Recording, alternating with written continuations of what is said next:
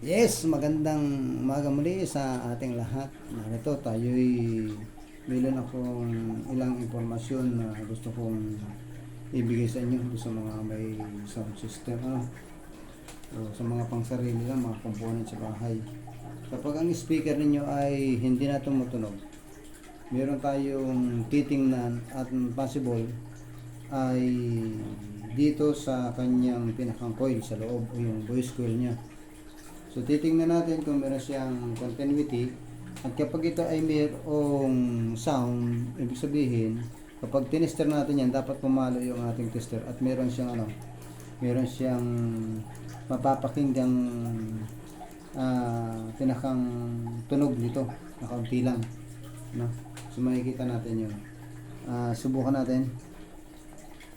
Okay, so ibig sabihin okay pa yung kanyang speaker,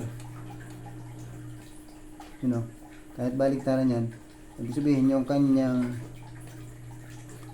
coil ay okay pa. Kung mapapansin nyo, pumapalo yung ating tester. Naka-continuity test lang tayo, pumapalo tapos sumutunog, hindi lang natin ganong mapakinggan pero tumutunog ito.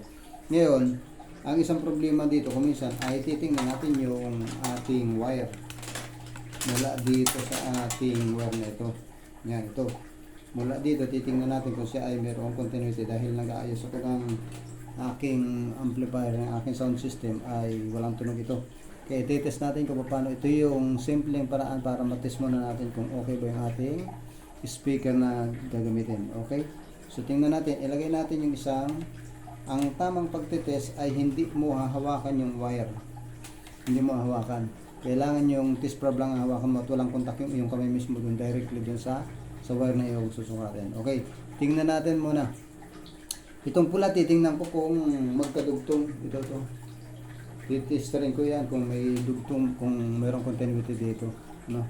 So, tingnan natin. Yan.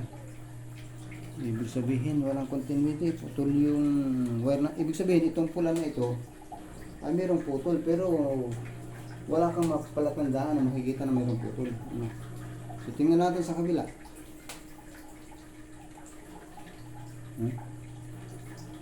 Yun.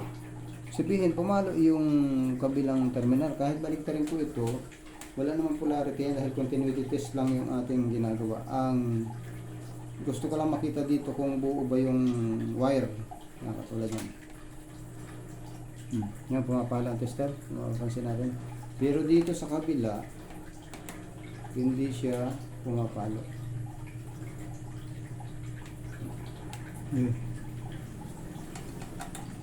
Ibig sabihin, nadetect ko na yung problema. Ang wire na pulang ito, ang siyang merong problema. Kaya ito ay babaklasin ko, kakatin ko, at kailangan kong makita kung nasaan yung kanyang pinakang sira o pinakamputol ng ating tinatawag na wire. Okay?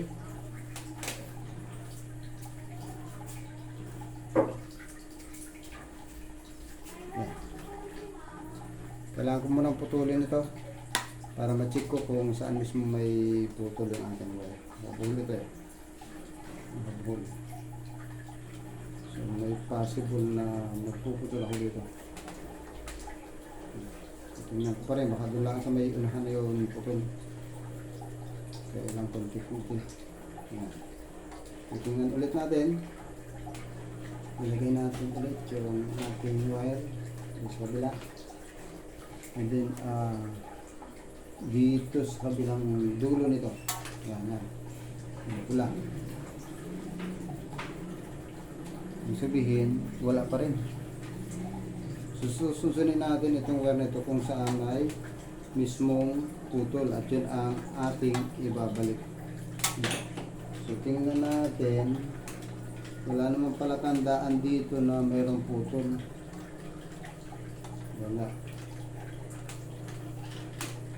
Tingnan natin, inspeksyonin natin yung kawad kung mayroong putol. Wala naman akong palatandaan may putol.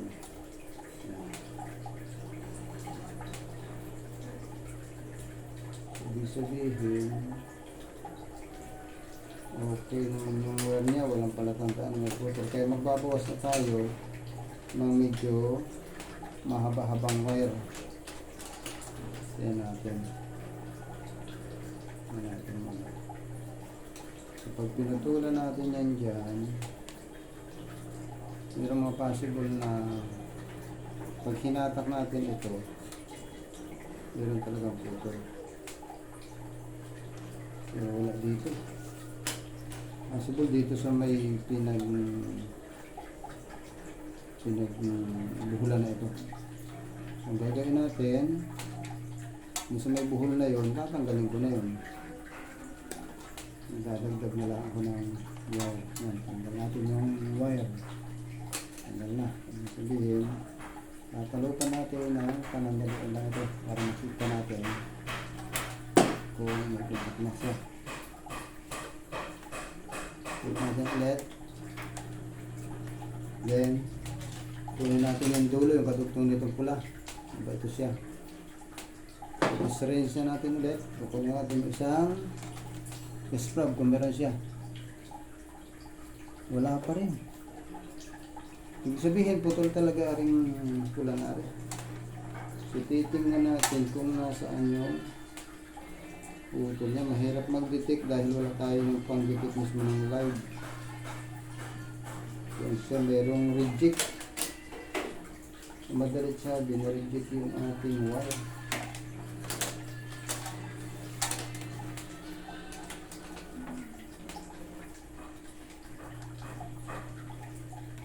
Tanggalan ko na natin.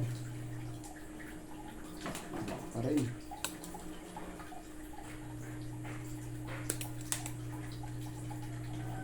So, mahirap talaga bumili ng wire na mahinang klase. Tanggal ko na ulit. Lagay na ulit natin yung tester natin. So, may nangyari na. Then yung kabilang dulo niya, yung dulo.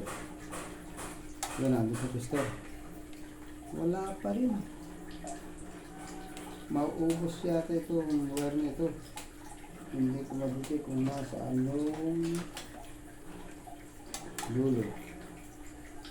Okay, so ibig sabihin, dito pa rin ako may puputol.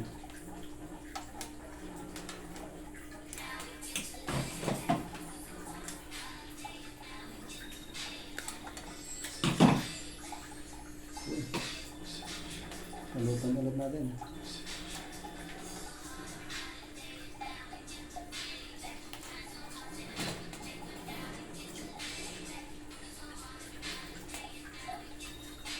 Parang ito ay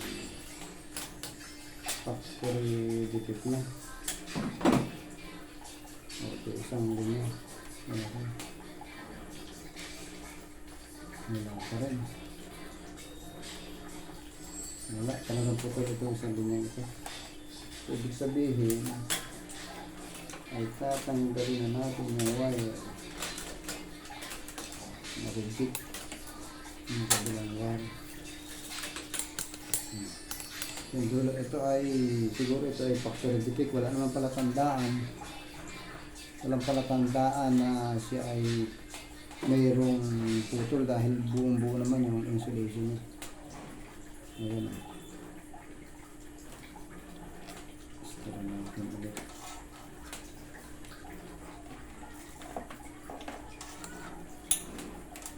Ayan, dito sir ulit natin. Oh, wala talaga, hindi mala napalo yung tester.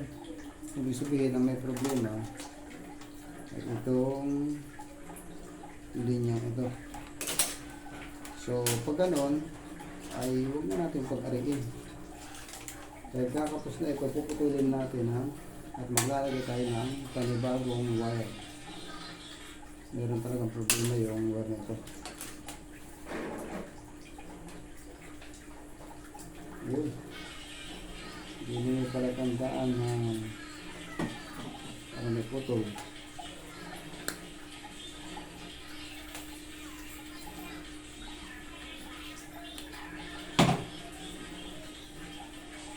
Testing ulit.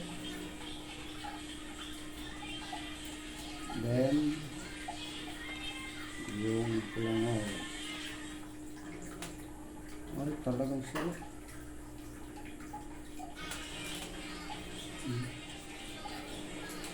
So, pag gayon, ay palit na natin itong isang wire na ito. Halos maigsi na yung aking nakuha. Ay halos putol yung linya. So, maganda dito ay papalitan na natin itong isang linya ito. Itong kabila ay okay pa naman. Ang sabihin, aking pinester siya.